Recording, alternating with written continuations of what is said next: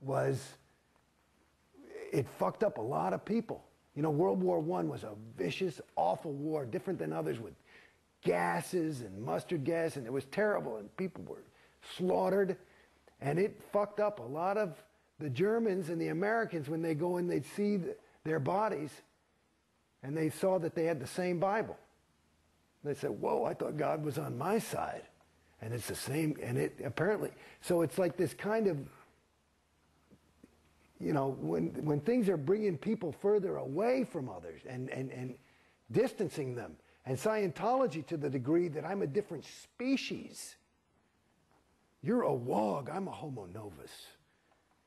And I'm homo novus enough to be loving of you. You see what I'm saying? That's pretty bad. You know, and then you look at that, you know, and radical Islam, you know, it's like, it's not that different. And yet Scientology says that they're not exclusive, that you can certainly be any other religion and be a Scientologist. Let me tell you something. I talked to many terminals about this. Because after a certain point, when I'm down on the fucking bottom, after going through this, and I've never complained about money, and I'm not rich, but I never complained about it. You never had to fucking beg me for a fucking thing. I would go in and throw down. When I was ready to do it, I'd say, let's go. And it wasn't ever, I wasn't ready because I didn't have the bread. It was, I wanted to be ready because I wanted to, if I'm going to fucking do this thing, I'm going to do it. You know, and I got to be behind it. And that's where I was at as a Scientologist. But I told those fucking people, because they're always talking about, you know what they're doing? You know why they need all this money? You know what their real goal is? It's to clear the planet. To clear the planet. And you know what the good news is? We only have to clear about 3/4 of it, and just the fact of our being so theta, the other quarter will just clear instantly, and the SPs will crumble. And you saw the little wicked witch when she got water thrown on her because she made a brat. That's what will happen to the fucking SP. But I said to them, I said, because now after a while you start feeling like a fucking, hey man, this ain't like a little mistake. That cost me 50 G's. You know, and you start doing that a couple of thousand fucking times. You say, hey, I'm getting pissed. You know, that's a lot of money. Okay? And you start getting into that. And they talking about all this thing. And I say, where's the money going? Nobody ever fucking gives you an answer. And they, you know, we're trying to clear the planet. I said, babies, I want to tell you something. I got news for you. There's no fucking way. You can't fucking clear Beverly Hills with these prices. There's no fucking way. It's physically impossible. Like they say Obama, Clinton can't reach the number. There's no way. There's not enough money. It can't be done. So that's a lie. They're not trying to clear any fucking planet. And if they are, they're going to have to bring the fucking money. The price is going to have to go so fucking down. I said, I'll wait then. I'll wait. I'll do it next lifetime when it's $250 to go clear, because I can wait another 40 years. You know, and it'll save me $1 million, and I'd rather my fucking kid go to private school. You know, so fuck it. You know what's interesting to me? There was a big thing about maybe 2 years ago or a year and a half ago that everybody wanted you to listen to your congresses, which is a Congress was this, you know, meeting that LRH had starting in early 60s. And he would get a group of people together and he would give a series of lectures on X. And usually it was about, it all really had to do with clearing. Because all the congresses were having to do with clearing. And well,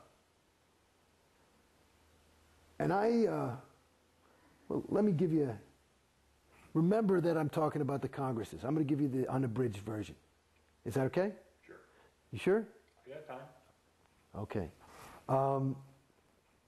When I was in that TR's course, my very first week in Scientology. Now again, I'm an actor, so you know, communication is something I kind of do for a living.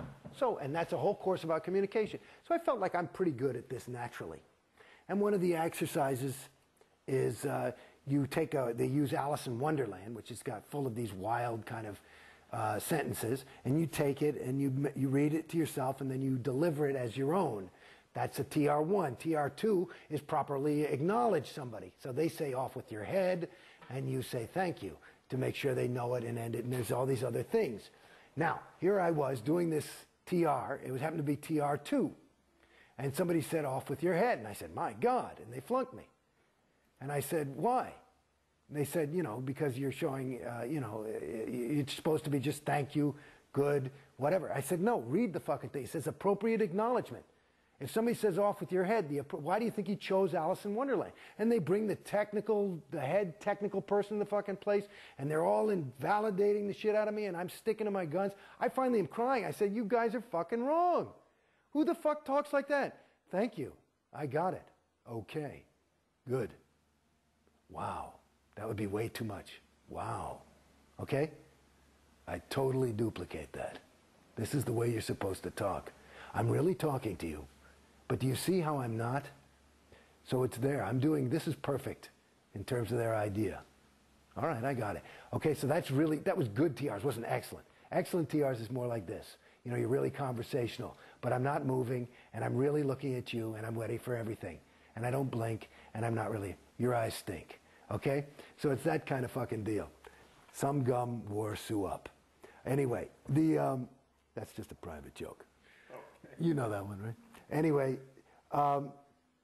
Mu Gu Gai Pan. These are words that just, you can talk gibberish in Scientology to help you learn your TRs. And one of the things written down is some gum wore Sue up. That's not a sentence. That's like written like Chinese, S-U-M. Anyway, so at any rate, so I'm in there and I'm fucking crying and shit and like blah, blah, blah. So finally I stop and I toe the line and I'm like, thank you, okay, good, you know? And then about 4 years later, in some event, COB, David Miscavige says, hey, there's been this big breakthrough in this golden age of tech.